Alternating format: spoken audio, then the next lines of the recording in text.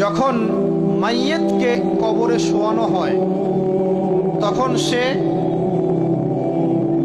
তাকে দাফন করে যাওয়া ব্যক্তিদের হাঁটার খসখস আওয়াজ শুনতে পায়।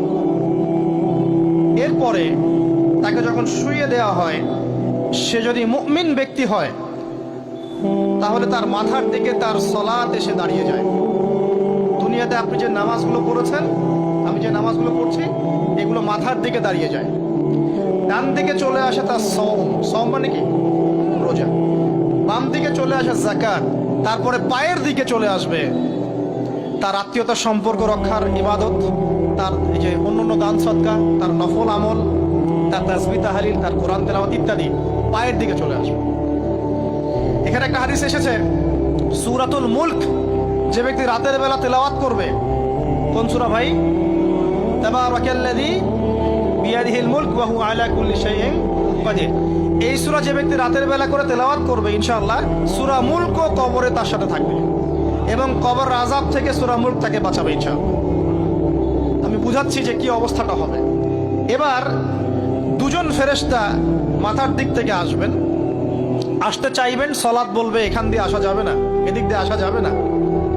ডান দিক দিয়ে আসতে চাইবেন, এদিক দিয়ে আসা যাবে না। বাম দিক দিয়ে আসতে চাইবেন, যাকাত বলবে এদিক দিয়ে আসা যাবে না। পায়ের দিক দিয়ে আসতে চাইবেন, আমলগুলো বলবে এদিক দিয়ে আসা যাবে না।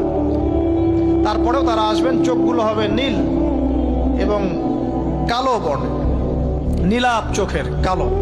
মুনকার নাকি? উঠে বসিয়ে দেওয়া হবে। এবার তিনটা প্রশ্ন। প্রথমে প্রশ্ন হচ্ছে কি, মান রব্বুক, তোমার রবকে? তখন মুমিন বান্দা বুক ফুলিয়ে বলবে রব্বি আল্লাহ, আমার রবকে আল্লাহ। পৃথিবীতে যে ব্যক্তি আল্লাহর সাথে শিরিক করে নাই, আল্লাহ তাওহীদের উপর থেকেছে এবং তার উপরে মৃত্যুবরণ করেছে, ইনশাআল্লাহ সে ব্যক্তি এর উত্তর নির্দ্বিধায় দিতে পারবে ইনশাআল্লাহ। আর দুনিয়াতে যে বা যারাই আল্লাহর সাথে শিরিক করবে, আল্লাহর সাথে শিরকের পাপে লিপ্ত হবে, ওই অবস্থায় মারা যাবে, তাওহীদের উপর থাকবে না, কোশ্চিন কালেও মান রব্বুক উত্তর দিতে পারবে না। তারপরে প্রশ্ন হয়ে যাবে মা দীনুক, তোমার দিন কি ছিল? মুমিন বান্দা উত্তর দিবে কি? দিন ইয়াল ইসলাম, আমার দিন ছিল ইসলাম। এখানে শুনে রাখেন, পৃথিবীতে যারা ইসলামকে পরিপূর্ণরূপে পালন করবে তারাই এই উত্তর দিতে পারবে ইনশাআল্লাহ। যারা ইসলামকে ঠাট্টা বিদ্রুপের হাসি তামাশার পাত্র বানিয়েছে, মন চাইলে কিছু করি, মন চাইলে কিছু করি না, সহজগুলো একটু আমল করি, বাকি কিছুর আমল ধারি না, হ্যাঁ, নামাজ পড়ি, সুদ ছাড়তে পারি না, ঠিক আছে, বছর বছর ওমরা করি, এদিকে ঘুষ দুর্নীতি ছাড়তে পারি না, ইসলামকে ঠাট্টা তামাশার পাত্র বানিয়েছে, এরা কোশ্চিন কালে উত্তর দিতে পারবে না মা দীনুক। দিনে পরিপূর্ণরূপে ইসলামে প্রবেশ করতে বলেছেন আল্লাহ রাব্বুল আলামিন। যারা পরিপূর্ণরূপে ইসলামে প্রবেশ করবে এবং ইসলামের প্রতিটা মৌলিক বিধান মেনে চলবে, ইনশাআল্লাহ তারা এর উত্তর দিতে পারবে। এরপরে আসবে তৃতীয় প্রশ্ন। নবী সাল্লাল্লাহু আলাইহি ওয়াসাল্লামকে দেখানো হবে। যখন দেখানো হবে তখন সূর্য যখন ডুবে যায়, যে দৃশ্যটা আমরা দেখতে পারি না, ওই দৃশ্যটা ভেসে উঠবে এবং মুমিন বান্দা অস্থির হয়ে যাবে, বলবে আমাকে ছেড়ে দাও, আমি নামাজ পড়বো। সুবহানাল্লাহ। তার কারণ তার কাছে মনে হবে যে আসরের ওয়াক্ত হয়ে গেছে, আসরের ওয়াক্ত হয়ে গেছে, আসরের ওয়াক্ত চলে যাচ্ছে, আমাকে নামাজ পড়তে হবে। চিন্তা করেছেন? ওই যে একটা হাদিস আছে না, যে 7 শ্রেণীর মানুষকে আল্লাহ রাব্বুল আলামিন আরশের ছায়া দিবেন।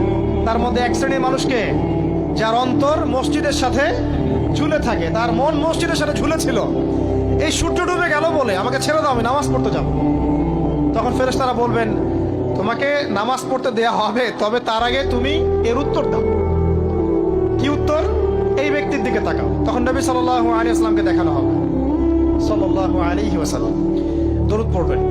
বলা হবে যে এই ব্যক্তির সম্পর্কে তোমার কি ধারণা? মান হাযা রাজুলু বুইসা ফীকুম, এই ব্যক্তি কে, যাকে তোমাদের কাছে পাঠানো হয়েছিল? মুমিন ব্যক্তি নির্দ্বিধায় বলে দিবে যে তিনি হচ্ছেন আমার নবী মুহাম্মদুর রাসূলুল্লাহ সাল্লাল্লাহু আলাইহি ওয়াসাল্লাম। দেখুন, পৃথিবীতে যে বা যারাই নবী সাল্লাল্লাহু আলাইহি ওয়াসাল্লামের সুন্নতের উপর আমল করবে, ইনশাআল্লাহ সে তার উত্তর দিতে পারবে। দুনিয়াতে যারা নবীর সুন্নতের 5 পয়সা পরোয়া করছে না, তার আদর্শের 5 পয়সা দাম দিচ্ছে না, তারা কোশ্চিন কালে উত্তর দিতে পারবে না। নাম হতে পারে আব্দুর রহমান, আব্দুর রহিম, নবীর সুন্নতের ধার ধারে না, তারা উত্তর দিতে পারবে না। নবীর সুন্নতের গুরুত্ব কত গভীর, এটা আমাদেরকে এখান থেকে বুঝতে হবে। তাই প্রিয় যুবক ভাইরা, মুসলিম ভাইরা, আমাদের জীবনটাকে নবীর আদর্শ এবং সুন্নতে ঢেলে সাজাতে হবে। সকাল থেকে সন্ধ্যা পর্যন্ত প্রতিটা কাজ করবো কার তরিকায়? রাসূলের তরিকায়। নামাজ পড়বো তার তরিকায়, রোজা, সিয়াম, হজ, জাকাত, আমল, মুআমালাত, আখলাক সব কার তরিকায়? নবী সাল্লাল্লাহু আলাইহি ওয়াসাল্লামের তরিকা অনুযায়ী ইনশাআল্লাহ। আল্লাহ পাক তৌফিক এনায়েত করুন, আমিন। এবার ফেরেশতা দুজন জিজ্ঞাসা করবেন অবাক হয়ে, যে তুমি কিভাবে এটা জানলে? তুমি কিভাবে এই তিনটা প্রশ্নের উত্তর দিতে পারলে? কারণ বেশিরভাগ মানুষ তো উত্তর দিতে পারবে না, বেশিরভাগ মানুষই এই উত্তর দিতে পারবে না। কারণ কিয়ামতের মাঠে 1999 জন মানুষ জাহান্নামে যাবে। তো এটা কঠিন পরীক্ষা। আল্লাহ রাসূল সাল্লাল্লাহু আলাইহি ওয়াসাল্লাম বলেছেন যে নিশ্চয়ই তোমাদেরকে এখানে পরীক্ষায় ফেলা হবে, আর তোমরা যদি এই পরীক্ষা জেনে তোমাদের মৃতদেরকে দাফন করা থেকে বিরত না থাকতে, তাহলে আমি তোমাদেরকে শুনিয়ে দিতাম কবরে কেমন পরীক্ষা হয়। মানে যদি আমরা শুনতে পারতাম যে কবরে কেমন পরীক্ষা হয়, আমরা ভয়ে আমাদের মৃতদেরকে দাফন পর্যন্ত করতাম না। এটা নবীজি বলছেন সাল্লাল্লাহু আলাইহি ওয়াসাল্লাম। তাকে জিজ্ঞাসা করা হবে যে তুমি কিভাবে জানলে এটা? বেশিরভাগ মানুষ তো পারে না উত্তর দিতে। তখন সেই ব্যক্তি বলে বসবে, সেই ব্যক্তি বলবে যে করাতু কিতাব আল্লাহ, আমি আল্লাহর কিতাব এই কোরআন পড়েছি।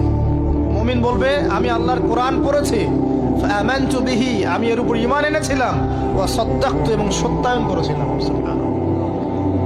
অতএব দুনিয়াতে যারা দ্বীনের জ্ঞান অর্জন করছে না, কোরআন পড়ছে না, হাদিস পড়ছে না, পড়াশোনার চেষ্টা করছে না, জানার চেষ্টা করছে না, কবরে পার পাওয়া ডিফিকাল্ট আছে।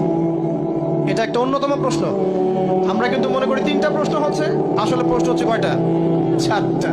তিনটার পরে আরো একটা এক্সট্রা। কিভাবে জানলে? তখন উত্তর দিচ্ছে আমি আল্লাহর কিতাব পড়েছি, ঈমান এনেছি,